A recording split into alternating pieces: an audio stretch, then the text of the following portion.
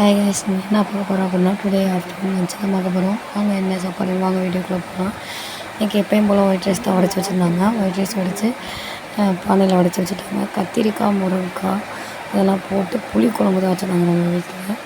நார்மலாகவே என்ன குழம்பு வைக்கல அப்படின்னு தெரியாதப்போ விரதத்தில் வேறு இருந்தாங்க. அதனால் கத்திரிக்காய் முருங்கைக்காய் இருந்துச்சுன்னு சொல்லிவிட்டு அதை போட்டு புளி குழம்பா வச்சுட்டாங்க.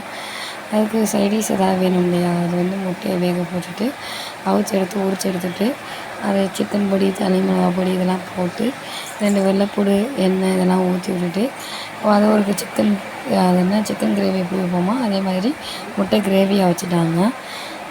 அல்டிமேட்டாக இருந்துச்சு. அது என்னமோ புளிக்குழம்புக்கு அவிச்ச முட்டை நார்மலாக வச்சு சாப்பிட்லாம், ஆனால் அந்த கிரேவியை சாப்பிட செட் ஆகாது தான். ஆனால் எனக்கு பிடிக்கும் அப்படின்னு சொல்லிட்டு வச்சுருந்தாங்க.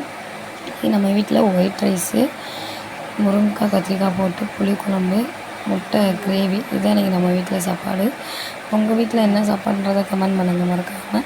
இந்த மாதிரி இன்ட்ரெஸ்டான வீடியோ பார்க்கறதுக்கு மறக்காமல் நம்ம சேனலை சப்ஸ்கிரைப் பண்ணிக்கோங்க. அடுத்தடுத்து இன்ட்ரெஸ்டான வீடியோ சேனலில் வரப்போகுது. மறக்காமல் நம்ம சேனலை சப்ஸ்கிரைப் பண்ணிக்கோங்க. ஓகே பாய், நெக்ஸ்ட் வீடியோவில் பார்க்கலாம்.